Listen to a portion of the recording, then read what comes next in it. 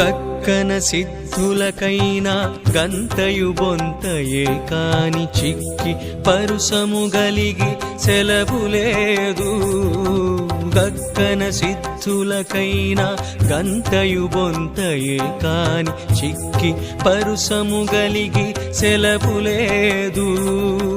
రెక్కలు గల పక్షికి రేసు తిమ్మటలే కాని రెక్కలు గల పక్షికి రేసు తిమ్మటలే కాని చక్క వైకుంఠానకే గయ సత్తువాలేదు.